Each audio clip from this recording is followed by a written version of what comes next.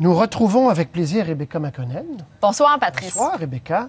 Et ça tombe bien parce que les vendredis, désormais, c'est la journée où les compagnies de disques sortent les nouveautés. Oui, harmonisé partout dans le monde la même journée parce qu'avant, c'était pas tout le temps la même chose. Nous, ici, c'était le mardi, mais bon, en Australie, je pense que c'était le jeudi. Bref, on est vraiment... on va vous retrouver tous les vendredis. Oui! C'est une façon de le dire. Exactement. Bon, et Philippe Braque, vous commencez avec lui. Philippe Braque, c'est notre révélation Radio-Canada Musique catégorie chanson cette année. C'est un gars qui a passé par beaucoup de concours, qui en a gagné plusieurs, notamment les Francouvertes l'an dernier. C'est son deuxième album, Portrait de famine et non de famille. Oui, il y a un jeu de mots.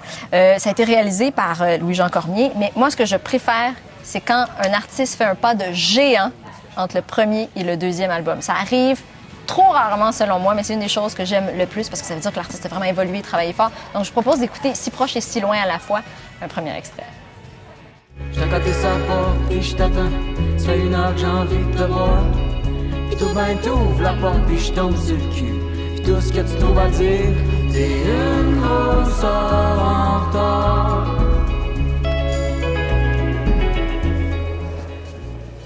C'est ça?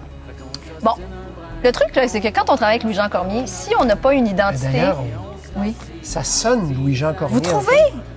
Ben, je pense qu'on entend sa signature, mais il n'y a pas le rouleau compresseur Louis-Jean Cormier, dans le sens que Philippe Braque avait déjà une identité très définie, très solide, déjà très précise pour quand même un jeune artiste, que je pense qu'il y avait, il y avait vraiment son mot à dire finalement. C'est un gars qui peut être touchant, qui peut égratigner parfois. Il y a des gens qui vont peut-être trouver certains textes crus. Il y a des beaux moments de grâce avec un quatuor à cordes. Il y a des chutes tonitruantes dans des chansons. Vraiment la grosse pédale fuzz. Je pense que c'est là aussi où on retrouve du Louis-Jean Cormier. Ça, c'était un duo avec Claude Pelgag et sur scène, Patrice, d'une redoutable aisance. Vraiment remarquable. Alors, vous nous direz quand il sera sur scène. Absolument. Et vous avez beaucoup aimé son album. Philippe Braque, Portrait de famine. Oui. Et là, ça sonne intéressant. C'est plus de mon âge.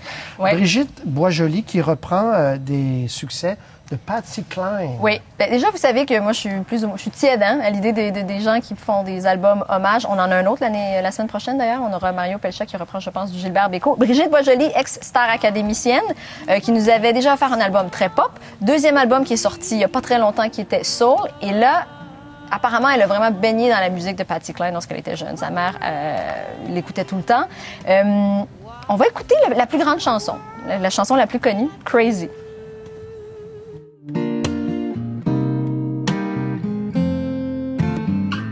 Crazy, I'm crazy for feeling so lonely. I'm crazy, crazy for feeling so blue.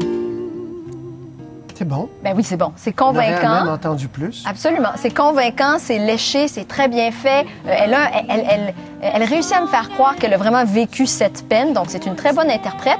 J'ai même tendu l'oreille parce que moi, OK, elle vous a convaincu Oui, oui. malgré vos réticences. Malgré mes réticences, parce que j'ai tout le temps peur. Bon, est-ce que l'accent anglais est correct? Est-ce qu'on entend des... Mais le seul petit bémol, c'est que je sais pas si j'écoute Brigitte Boisjoli qui chante Patsy Cline ou Brigitte Boisjoli qui imite Céline Dion qui chante Patsy Cline. Parce qu'elle a une espèce de maniérisme un peu à la Céline Dion qui parfois peut agacer ou nous sortir justement de l'appréciation d'une chanson. Mais dans l'ensemble, vous avez été convaincu aussi. Oui. Bon, ça commence bien. Oui, ça commence plutôt bien cette année. Ça commence bien. Et puis, là, je n'en reviens pas, je lis sur ma feuille.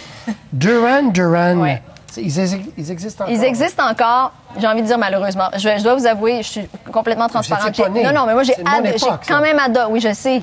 Mais j'ai quand même adoré Duran Duran quand c'était vraiment plus à la mode d'aimer Duran Duran. Là, c'est le 14e album et je pense que c'est comme le souffle désespéré d'un groupe au trépas. Là, il faudrait que ça cesse. C'est le 14e album et c'est comme fait avec l'énergie du désespoir. Ils sont allés chercher tous les gens qui sont super à la mode en ce moment. Nile Rodgers qui a travaillé avec Daft Punk, Mark Ronson qui a travaillé avec Bruno Mars et Amy Winehouse, Janelle Monáe, pour essayer de retrouver l'étincelle. Et c'est vraiment une espèce de drôle de bouillie étrange. C'est tellement mauvais que c'est bon.